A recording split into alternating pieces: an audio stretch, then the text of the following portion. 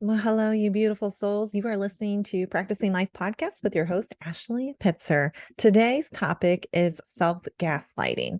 Now, I'm talking about this also from gaslighting in general. So many of you have heard my story and have come to me and asked me about narcissistic relationships. And that is a real fab word right now. It's trendy. People are using it. It's maybe even used excessively.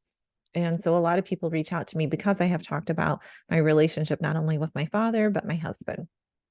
And I want to talk to you about this from a different angle today, but I will incorporate various things. I want to talk about self-gaslighting.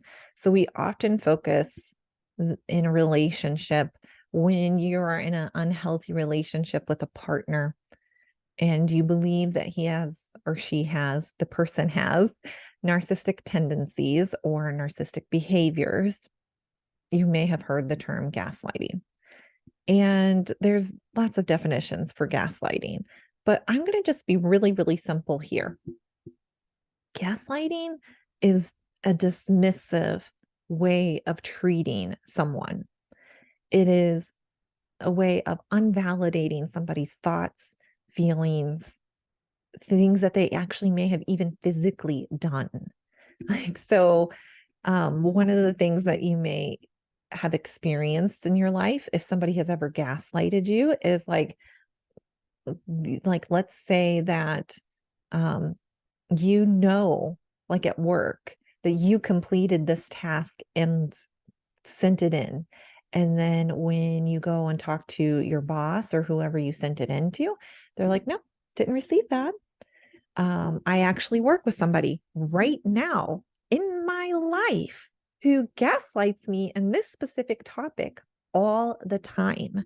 I've hired somebody to do work for me, and they will say, hey, you know, I'm going to send you this email that I need you to get X, Y, and Z done for me so that I can do my job.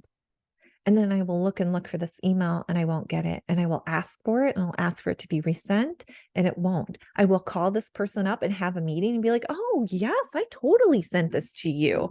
Yeah, let me get on this, and send it to you right now. I have gone so far as to create Google shared documents just so that we can avoid this. But the truth of the matter is, this person is gaslighting me.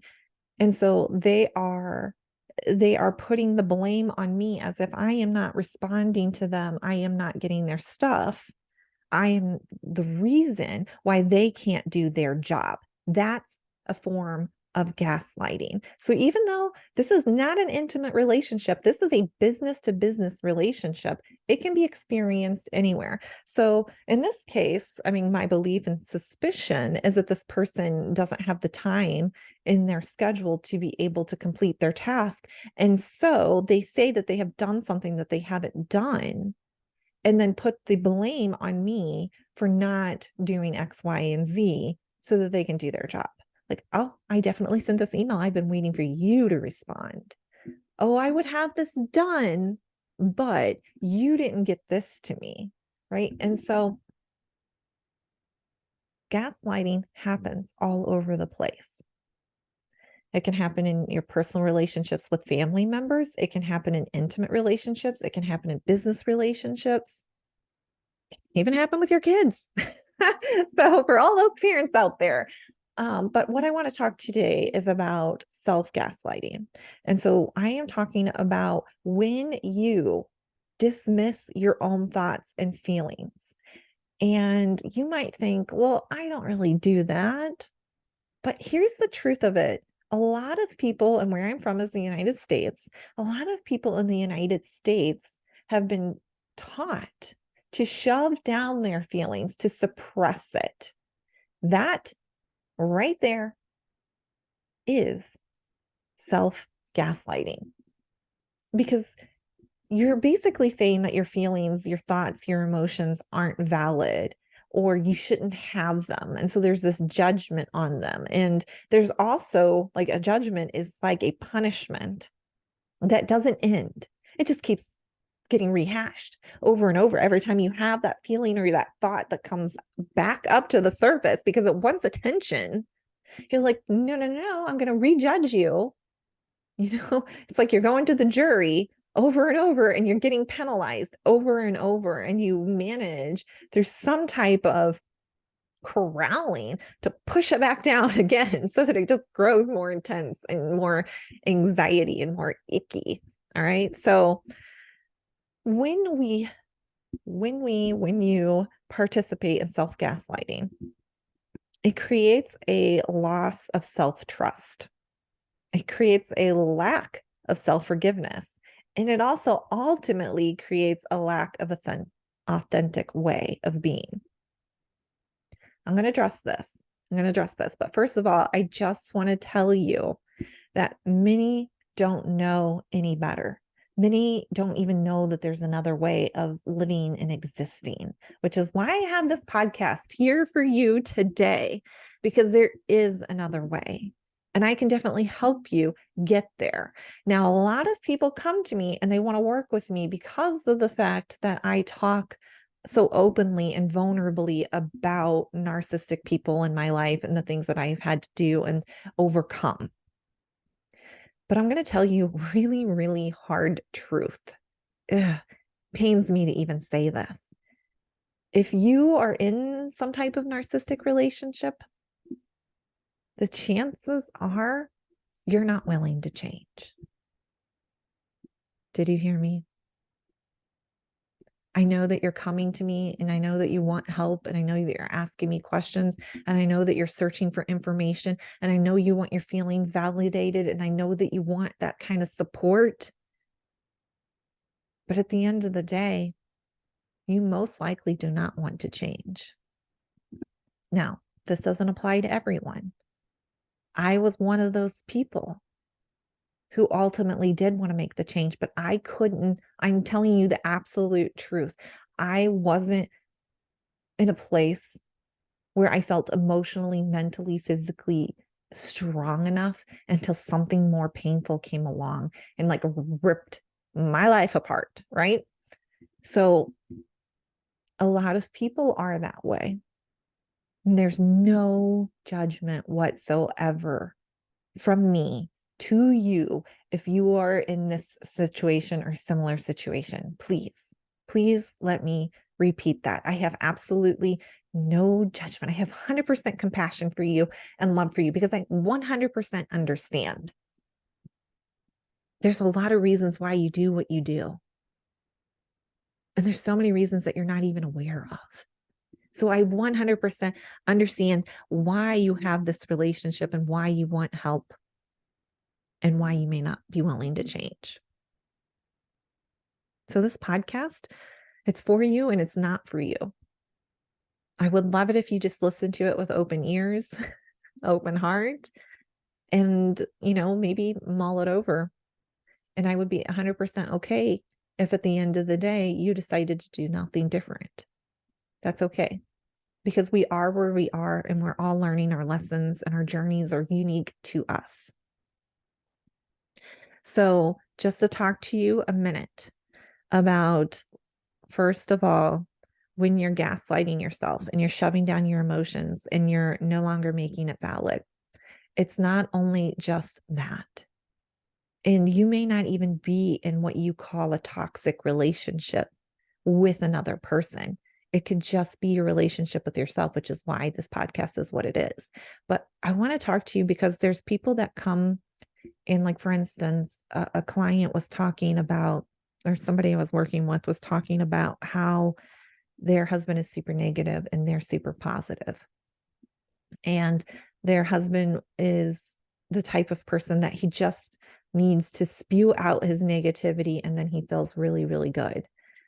But this person didn't like that because they're a really positive person. And when they got dumped all over with negativity, then they had to work really hard to let go of that negativity and to work it off, essentially, to transition through it so they can get back to positivity. And they wanted to know what they could do differently, what would happen, if if they could just get some tools to be able to do this better, to handle this better.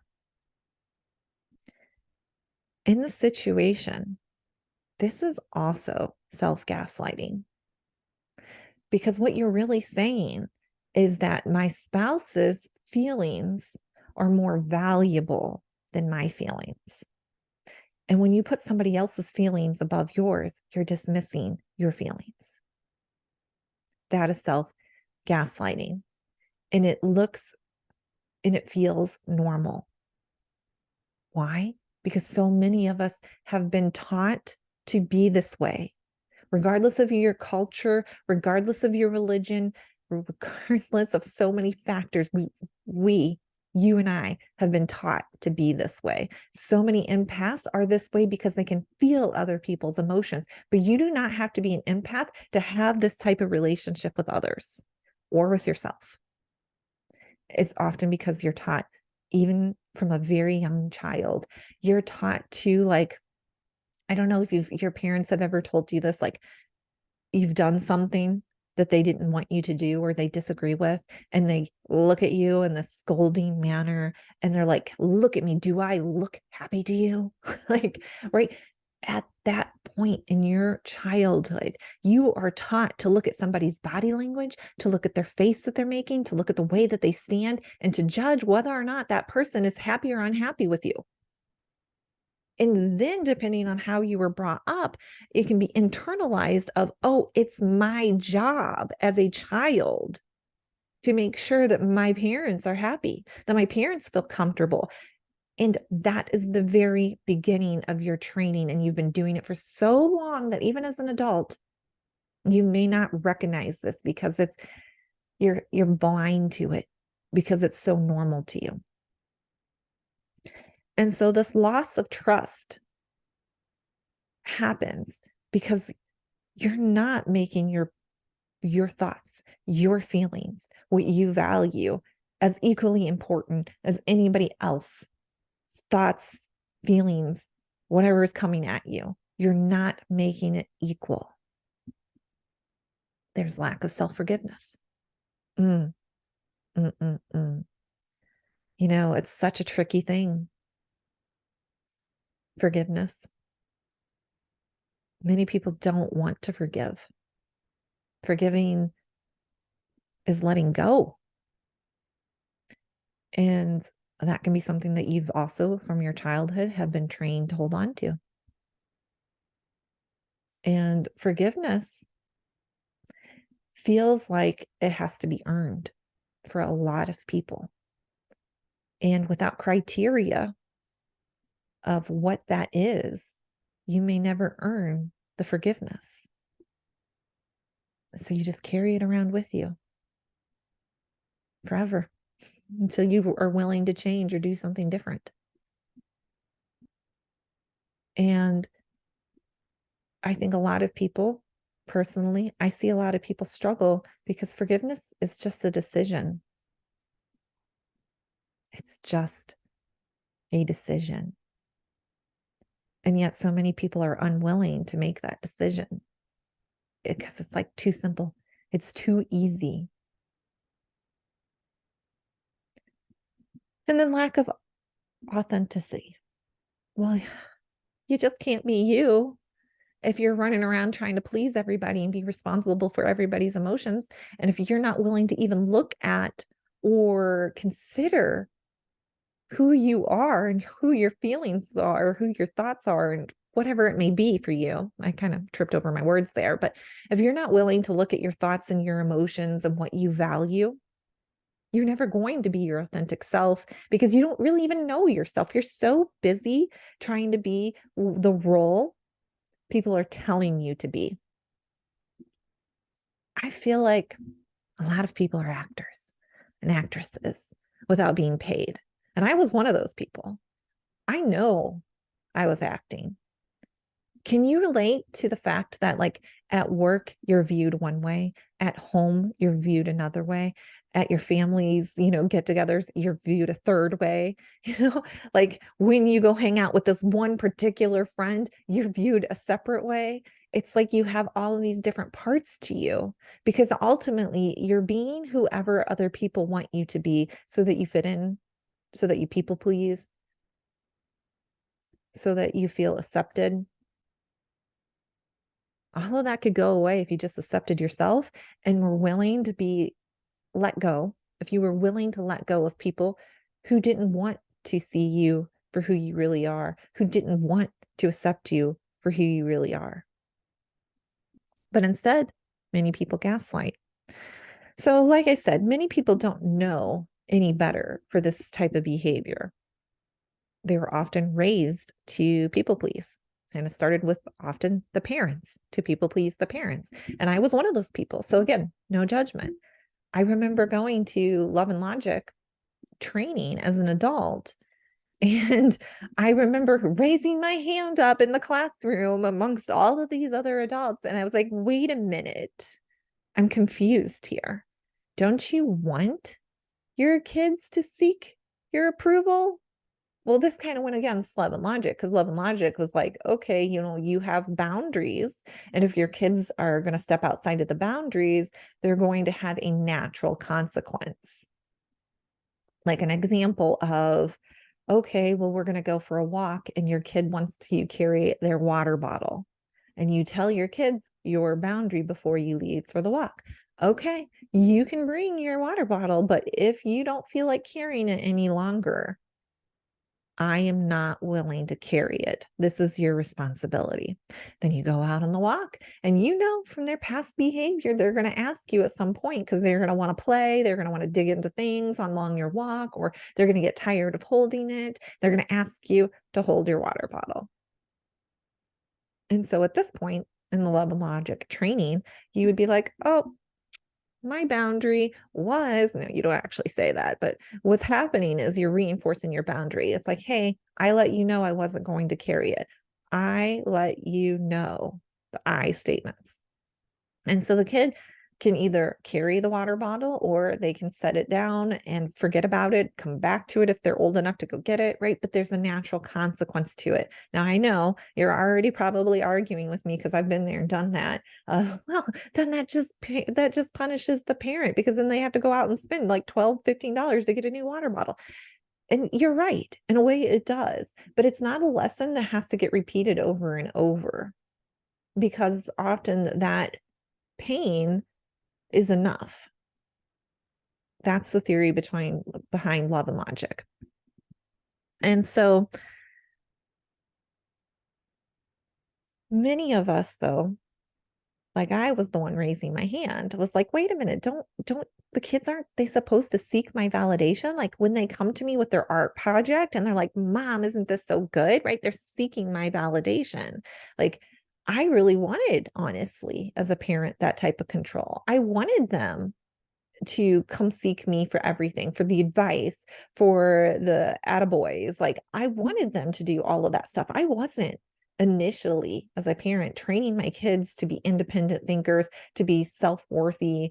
I was training them to be dependent on me. And this is often what happens for a lot of kids out there is they grow up with a codependency type of relationship with their parents. And then they go off into the world and they seek a partner and they're also seeking somebody with codependency issues, and like attracts like.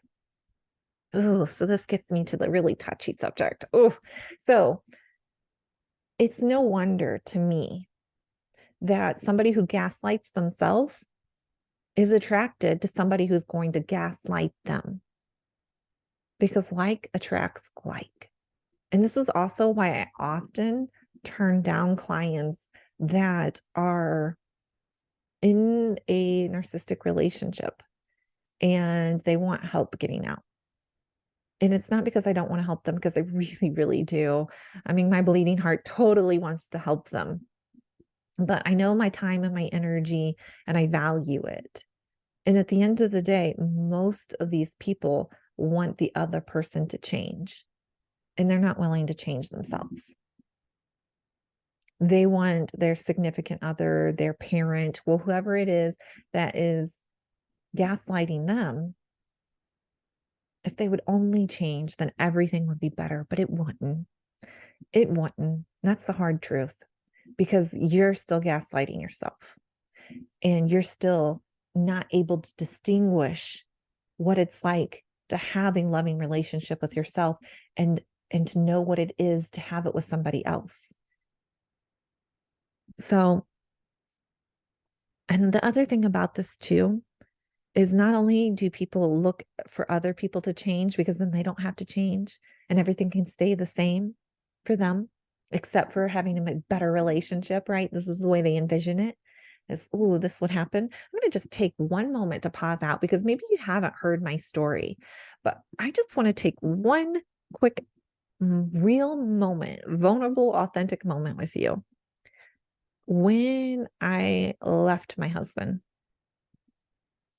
I was working with a toxic relationship coach. And this coach that I hired, I put a lot of money in. I signed up for the program. I signed up for one-on-one coaching. Their methodology to help motivate me to change was to cause me to focus on how bad the pain was in the relationship. And when I would coach, when I would call up with, okay, this happened in my relationship, in that coaching session, they would be like, no, no, no, you're not perceiving this situation correctly. Your partner is doing X, Y, and Z, so you feel this way. And so they were reinforcing a message of that this isn't love, and that this is a bad person to be with, and they don't love you. And if they loved you, this is what it would be like. And they were reinforcing a pool of negativity for me. And I will tell you from my personal experience, and this is how I see it based on my personal experience, who I stand today, is that there's two ways that I see people getting out of toxic relationships. The one way was the way that happened for me originally with working with a one-on-one coach. And that was to essentially make it so painful for you emotionally, mentally, psychologically, spiritually, whatever it is for you, to make it so painful, to make that pot of water boiling hot so that you had to jump out of it, because otherwise you didn't know how else you would survive. Right. So that's one way, is just to throw you into darkness. I remember one of the exercises that my one-on-one coach had me do was to go back from the beginning of my relationship and to tally every single negative experience I had, and to tally every time I felt I was mistreated, every time I was gaslighted, every time that he did something wrong in my point of view. That is just focusing on toxicity. That is just focusing on negative. That is just focusing on the pain. Right. And that is how they were coaching me to exit this relationship. The second way, and this is the way that I coach, and one of the reasons why I often also turn down people that are wanting help in this type of relationship, is to build up enough self-worth and self-love for yourself that you will no longer tolerate other people treating you this way. Now, this takes longer, but it is healthier, and it also prevents you from repeating the same habits in the future, because often the people who get out of that toxic relationship, under the first example where you just focus on the pain, they didn't change their identity. They didn't change the way they treated themselves. They didn't change the way that they know how to operate. And so they just repeat the same habits, and they get into a different relationship with somebody who is acting slightly differently, but ultimately is going to do the same thing: gaslight them, mistreat them, have conditional love bomb them to keep them to stay. Right. So my way of doing things is much differently. I don't focus on the other person. I focus on you, and I focus on building up your self-love and your self-worth. And it takes some time because you have to be willing to change. Okay. So those are just a little side note. And then coming back to when I left my husband, right, I had this life coach and we focused on negativity.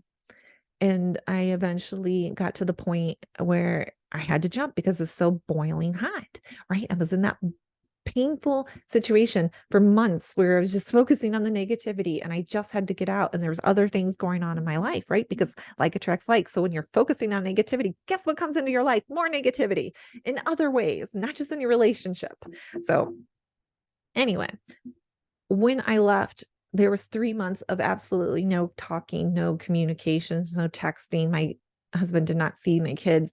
I was in this very protective society, essentially trying to keep myself safe. And at a certain point, though, we had to talk in order to either just whatever, thinking about distinguishing the relationship. It's not the right word, but you guys can figure this out. And we had a conversation and my husband agreed that he would go to a narcissistic counseling program, and it was expensive, and it was with some of the people that are really well known for helping narcissistic couples.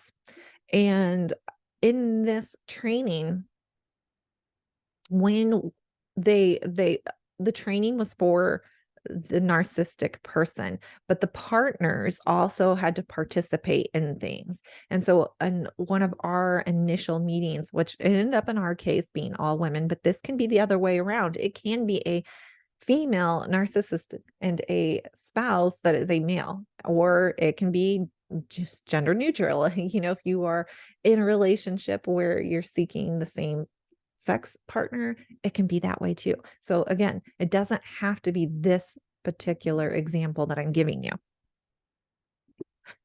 When I had this meeting where we were all of the spouses that were hoping that our husbands would change. Okay. This is why I know this. I lived this. Okay. I was hoping my partner would change. I was still thinking about him changing and not me changing.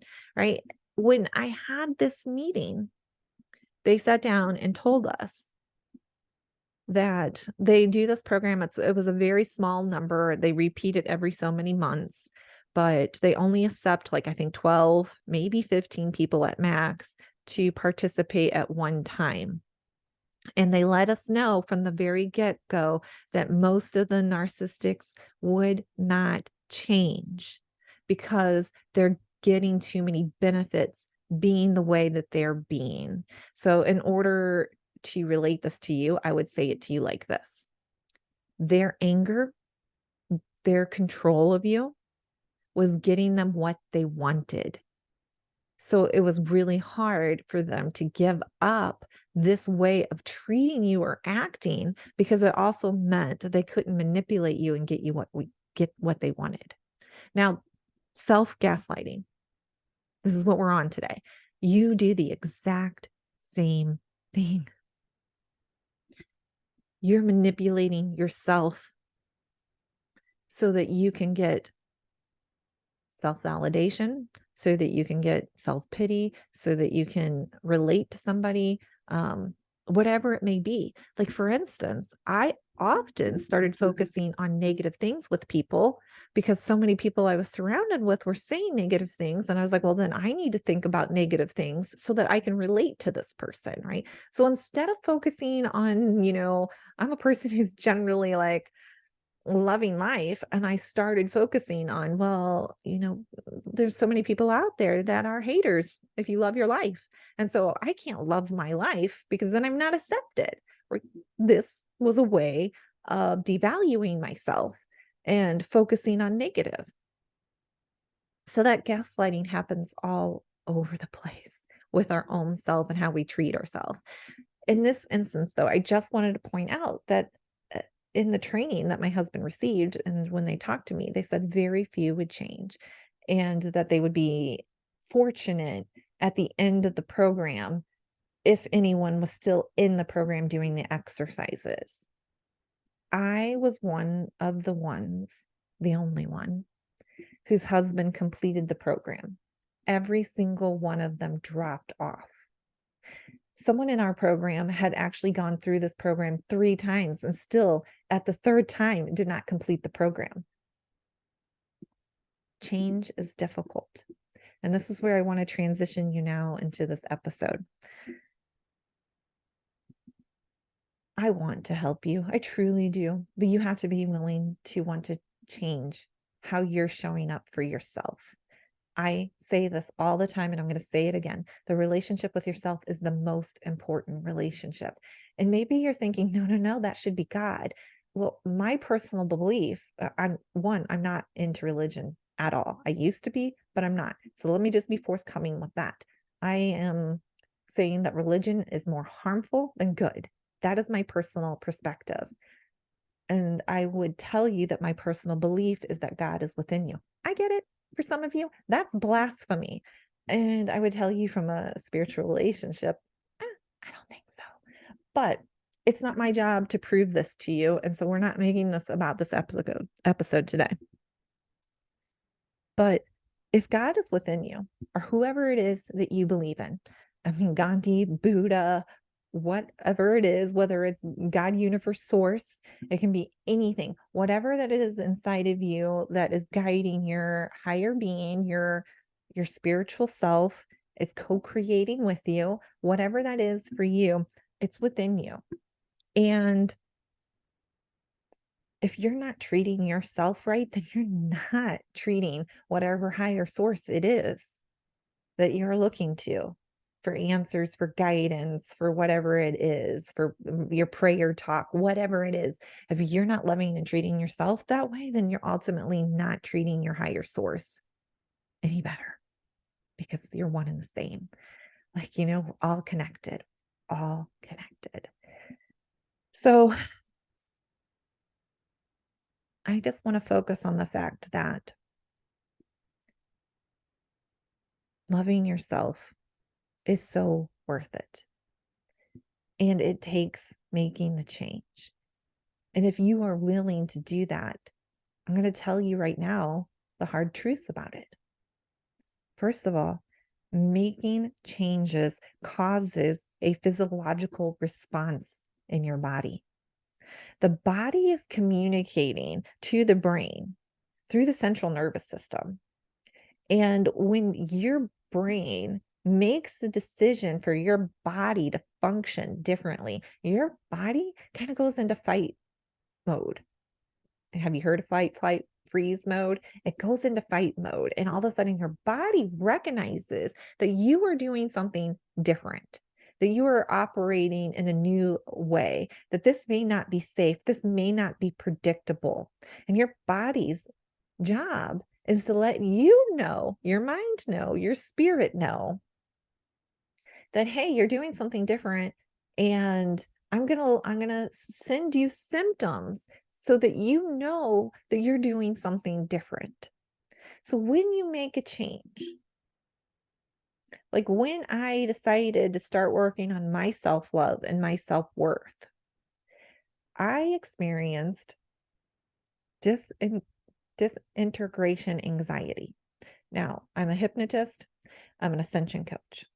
I know now that this is normal and this is natural, but I want you to know this because I didn't know it going into it. And I also know for many of you, if you've gone through the effort of making change, even like losing weight, you may have experienced this, because even losing weight, letting go of weight, releasing weight, however you phrase this, even that causes your body to have physiological responses.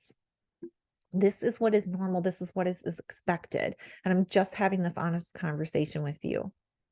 So you have some type of predictability, and it can help you make the change. So you make a change and your body is communicating to the brain by giving you symptoms that you are no longer operating in an efficient or predictable manner.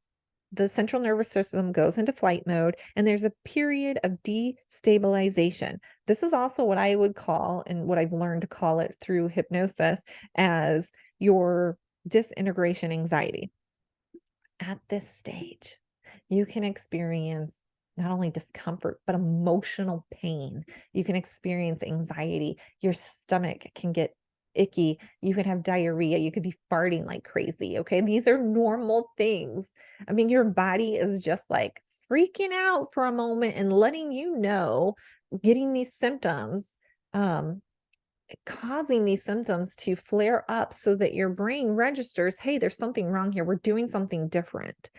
And I'm telling you now, as a coach, as somebody who's walked this line, hang in there.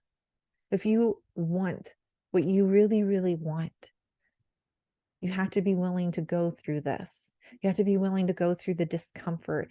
You have to be able to repeat this, not just once, but enough times that the neural pathways in your brain form a new path. And your brain then knows to direct its energy in an efficient way, in a predictable way to this new path. So it's only short term that you're going to experience this pain. Everybody is different. I'm saying short term because if you keep doing it, it becomes normalized and you no longer have these feelings that come up for you. They will go away. It will become normal, natural, whatever it may be. It's like, the first time you do anything, the first time you show up to a brand new job, you're going through this physiological change. It's something your body is like, whoop, something's different. It's not predictable. Like I may not be safe. And your body is probably experiencing butterflies in the stomach. Maybe you feel shaky. Maybe you feel extra hungry. Maybe you can't even eat at all. Maybe you're having nausea, right? And then you keep showing up to your job. And 6 months later, which it could be shorter than that, it could be a month later, it could be 3 weeks later, it could be 2 days later. Everybody's different and unique. Whatever that time period for you is like, okay, now I know what is new is now known. It is familiar. I know what to expect, and your body regulates. But until that time, your body is going to let you know that you're doing something different. And it is normal that you're experiencing this. And the thing about it is once you normalize it, then you can start adding the beneficial emotions that you want to feel to it, like feeling confident about this choice, feeling love for yourself in this choice. But until that time, I'm going to also tell you that it helps to have a coach. It helps to have a community to mentor you, to hold your hands, to walk through you, to remind you why you're doing this, remind you of what you're working for, what your ultimate outcome is, to be able to encourage you, to celebrate you, to help remind you to forgive yourself, to forgive you, to be that person that you lean on when times are uncertain and you just don't know if you can handle this. Like that's one of the roles a coach plays. That's how I help my clients. So I wanted to tell you that it is possible for you to change. It is possible for you to stop doing a lifetime worth of behavioral habits and to form a new habit. You can change a belief like that. I'm here to help you.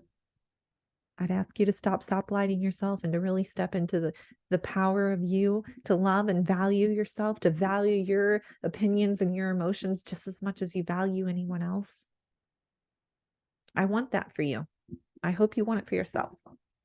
So to everyone out there, you matter. And just as a reminder, because we do have that kickoff of the Transformational Coaching Program that helped me make a huge transition, that helped me go from that toxic relationship coach that was focusing on negativity and actually like made me feel little and small, to the transformational coaching that helped me really soar. That is starting up in October. And it starts off with the initial BD Have series. It is like $99 or $97. If you look at my show notes, click on the link, you can get this for free. And it is super valuable. And you can decide at that point whether or not this is something beneficial for you to actually go into the coaching program, which is usually 12 to 14 weeks. It varies between what they offer all the time and how you look at things. So I would say on average, it's 13 weeks if you want to actually sign up for that program as I did. So again, I sending you lots of love and letting you know that you matter. Until next time.